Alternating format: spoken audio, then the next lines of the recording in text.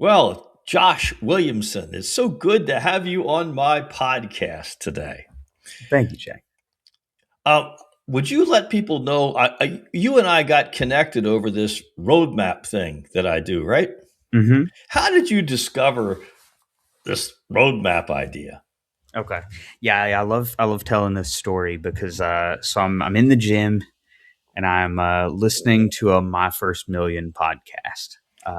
Just a small little podcast, and they've Sean's got a guy on there, Monish Prabrai, and they're talking about his owner's manual, as he calls it. Hmm. And I'm kind of going through a weird stage, I guess, in life anyway. And I'm sitting there listening, and he's essentially just saying, "Hey, man, this thing changed my life. Like I was headed this way, then after getting my owner's manual, I'm headed this way, and like I've never looked back and never been happier." To summarize what he said, I said, "Man, I gotta get that for myself. Like I really gotta get that."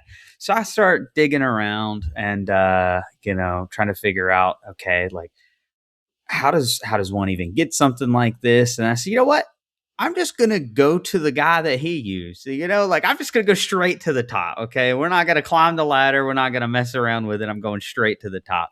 And I can't remember exactly who, but someone else had taken your roadmap and talked about it in a similar manner, finding about from Monish. And then that led me to your site and getting in contact with you, and it's just been up ever since.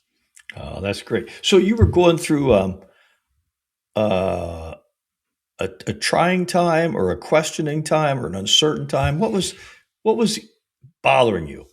Yeah, so I for about 2 years, a friend from college and I had been trying to make this software business thing work, and we'd never left our jobs or anything like that. It was like if you would call it a side business, moonlighting or whatever, but we were trying to make it stick, and it just it's hard to explain, but it was like it was like I'm you know a plow horse trying to be a tugboat kind of thing. Mm. Like I've got I can move forward, I can do things, but I just feel like I'm in the wrong place doing the wrong things, and that it's a big reason why I was watching My First Million in general.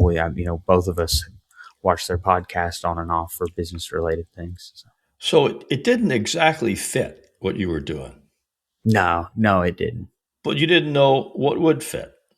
No, I didn't know what would fit. And so you were seeking to know what would be a better fit than what you were doing. Yeah, Did you discover what would be a better fit? I did. I did. No. To my delight. To my delight, I did. Do you mind sharing with everybody what you discovered was a better fit for you? Yeah. So it's very funny because it's almost as if like I found out and I go, well, duh.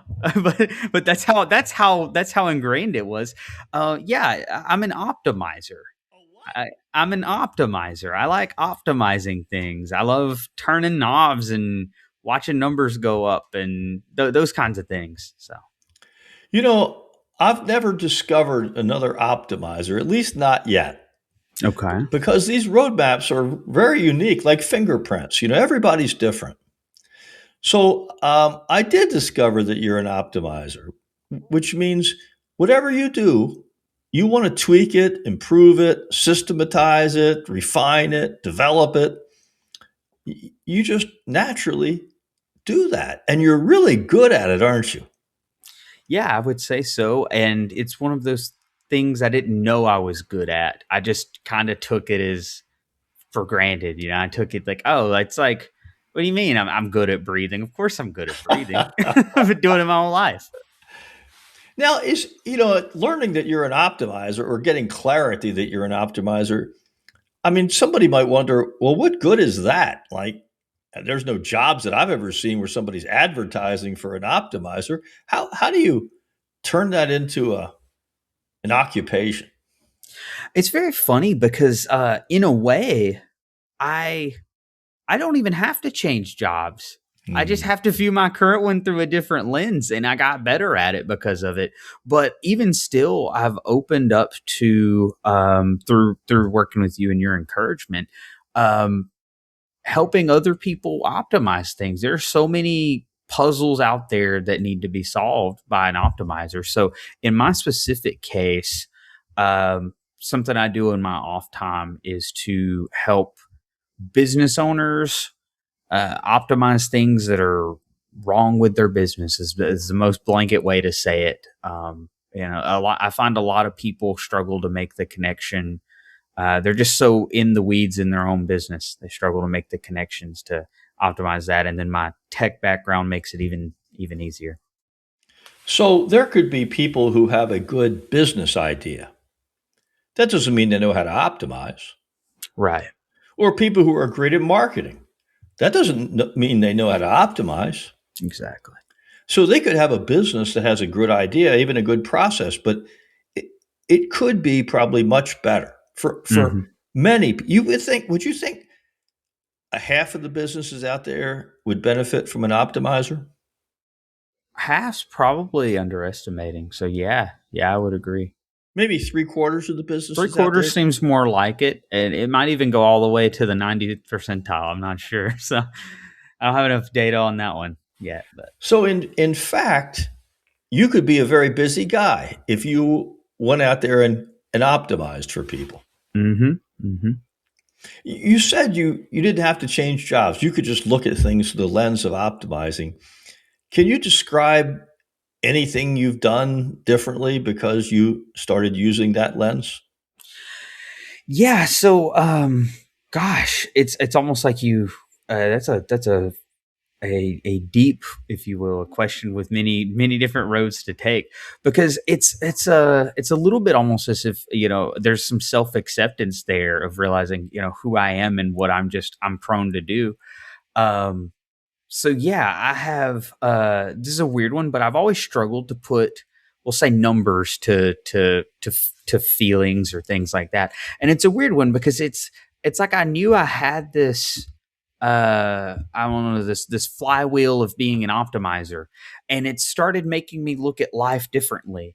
I learned, oh, that part I don't have to worry about. That part runs on its own. That part I can't shut off. So it made me take my problems and learn to fit them into the little optimizer wheel. And once I put things in the optimizer wheel, they just work. It's such a weird discovery. Like I have a good examples I've taken just how I spend my time. I, I was optimizing, but for the wrong things, and I thought some things were beyond my reach. I couldn't. How can you optimize, relationships, or how can you optimize, your energy per se? Those are some subjective measurements, but it made me kind of shore up some of my weaknesses on that, because I realized, hey, I'm not that far off from being able to. I've got the what most people consider the hard part, the optimizing part, covered. I just have to learn how to measure things in a way I can optimize. After that, So so optimizing, I would imagine, is not just something businesses need. It's probably something people need. 100%, 100%. So what would be an example of a problem in somebody's life because they're not optimized? Hi, everybody. Hey, I've discovered that there are only two ways people try to create success for themselves in their lives. The first way is probably the most popular way, which is I'm going to find somebody who I see as successful and I'm going to try to be like them. I'm going to study their life. I'm going to eat what they eat. I'm going to read their books and I'm going to practice being like them. The only problem with trying to be somebody you're not is that it's impossible to do. And sooner or later, you just fall short or give up. You just can't do it. The second way to create success is to double down on discovering who you are. Everybody is amazingly unique and has been given a gift to live life that can be very powerful if you discover it and develop it. And that's what I do. I work with people not who want to be like somebody else, who want to figure out who they are and align their life with who they are. If that's you, give me a call. I'd be happy to talk to you and discover if you're the kind of person I can help. Thank you so much. Oh gosh, weight loss, sleep, health, fitness, all of that. It's a great one. How they spend their time is another big one. So people might say, I want to lose weight, but they don't really know how to make that happen for themselves. Right, right. But hypothetically, you could show them how to turn that wish into a plan that they could Yeah, actually do. yeah, and even better, I've done it. That's the beautiful thing about that one. That's why it was my go-to example. But yeah, and it goes for anything. I've learned to optimize. It's weird. I in a way I do. Uh, Blanketly, I do less things I don't enjoy and do more things I do enjoy, and that's a good way to optimize your happiness and live a good life. Josh, that's wonderful. What do you think of the roadmap process? Did any of it surprise you or intrigue you? I think the best way I could put it, my favorite thing about the roadmap process was it almost gave me vocabulary. It gave me a way to understand myself and the ways in which I interact with the world and these fundamental pieces of me.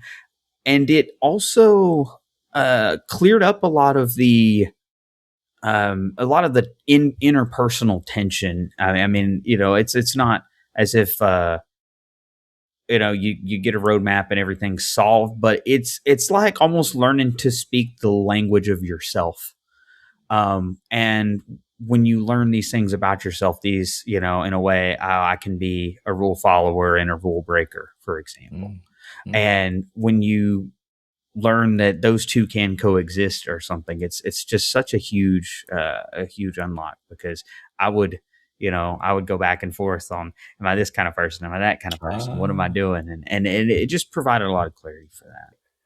So rather than everything being either or, some of these things can be and should be integrated. They're, Yeah, they're actually both and it works better when you know that. it does 100%. It does. I think we touched on, in some ways, some spiritual issues when we were working on your roadmap. Did we not? Oh, we did, and then I got sent home, if you will, of my own volition with even more homework, and it's been great. So, do you know how that came up or why that came up? I don't really remember. Do you? Let's see, spiritual issues. Um, I think it was they were sprinkled throughout. I think I can draw a pretty decent through line. We can connect the dots looking backwards. So a lot of my focus was I had been focused for years, probably since I was probably since 2020, maybe a little earlier, probably a little earlier, on probably 2018, on the FIRE movement, the Financial Independence Retire Early movement, Hmm. which kind of spiraled into the side income and the having a Mhm. good stable job, but trying to bolster up the retirement savings and just get to a good financial place. And it was just, I was so material focused. And it's hard for a numbers guy like me to look at the spiritual realm, if you will, and see the value there. Um, that come about in some of our talks, and then I ran with your book, The Circle Blueprint, Mhm. and the spirituality workbook from that. Just, I mean, it's still paying dividends. The reason it's important to me is I think the roadmap is probably something like optimizing. Most people probably would benefit from the insights they gain from a roadmap. Yeah, definitely. But most people have a longing for meaning and purpose in their lives that having a better job, even having the right fitting job, isn't going to satisfy. And so I like to it where people are open to it or interested in it, at least explore adding insight about what they're meant to do with maybe what they're meant to do it for. Yeah. So was it a good experience, the roadmap? Yeah, it was a great experience. Goods underselling it, and it just, it's hard for me to even grasp the words to explain how I guess maybe cathartic, how rewarding it feels to kind of peel back those layers of yourself and sort things out. I'm constantly, I'm kind of like those those cars, not a Matchbox or a Hot Wheel, but the ones with the little motors in them that you pull Yeah. back and then they let go. Yeah. So I was one of those, and then the roadmap gave me the ability to turn the car. So, Uh, so, so before that, I was just go go go, and never turn. And it's almost like I'm operating on a different level than I was before. and Josh, after you finished the roadmap, you joined our community, a community of people that are kind of interested in talking about life. Yeah. What's that experience been like for you? That one's been great because see the stronghold group is just it's I think I can parrot a lot of what others say, or I've said it. It's you get something there that you don't get, most people don't get anywhere else. Um, it's a unique group from all walks of life. I think I mean, gosh, am I the youngest? I might be the youngest from 28 now to people in their 70s, and we're all, we have all these different perspectives and views on life, and it's just nice. You get in a little neighborhood check in, and there's so many things you can learn. I would say it has been one of the biggest builders of my spirituality growth. That's a good way to put it. Josh, I can't tell you how much I appreciate you taking the time to be on the podcast and to speak with me today. Thank you. Oh, no problem, Jack. No problem, Jack. Have a great day, okay? All right, you too, man. It's been great. If you need anything else, let me know. Okay, bye. All right.